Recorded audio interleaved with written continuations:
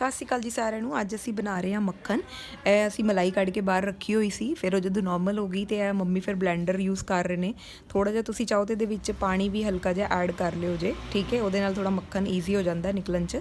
ਤੇ ਆ ਤੁਸੀਂ ਬਲੈਂਡਰ ਤਦ ਤੱਕ ਚਲਾਉਣਾ ਜਦ ਤੱਕ ਮੱਖਣ ਵੱਖ ਨਾ ਹੋ ਜੇ। ਤਾਂ ਹੁਣ ਤੁਸੀਂ ਦੇਖ ਸਕਦੇ ਹੋ ਕਿ ਕਿਵੇਂ ਮੱਖਣ ਵੱਖ ਹੋ ਗਿਆ। ਹੁਣ ਇੱਥੇ ਮੰਮੀ ਮੱਖਣ ਬਾਹਰ ਕੱਢ ਰਹੇ ਨੇ, ਦੂਸਰੇ ਭਾਂਡੇ ਵਿੱਚ ਸਟੋਰ ਕਰ ਰਹੇ ਨੇ ਤੇ ਸਾਰਾ ਮੱਖਣ ਕੱਢ ਕੇ। ਤੇ ਜਿਹੜਾ ਆ ਸਾਡਾ ਦੁੱਧ ਬਚਿਆ ਹੈਗਾ ਮੱਖਣ ਕੱਢਣ ਤੋਂ ਬਾਅਦ, ਤੁਸੀਂ ਇਹਦਾ ਪਨੀਰ ਵੀ ਬਣਾ ਸਕਦੇ ਹੋ ਤੇ ਤੁਸੀਂ ਚਾਹੋ ਤੇ ਇਹਦੇ ਨਾਲ ਦਹੀਂ ਵੀ ਬਣਾ ਸਕਦੇ ਹੋ, ਕਿਉਂਕਿ ਅਸੀਂ ਇਹਨੂੰ ਗਰਮ ਕਰਕੇ ਇਹਨੂੰ ਖੱਟਾ ਲਗਾ ਦਾਂਗੇ, ਫਿਰ ਇਹ ਦਹੀਂ ਬਹੁਤ ਸਵਾਦ ਜੰਮਦਾ ਮਲਾਈ।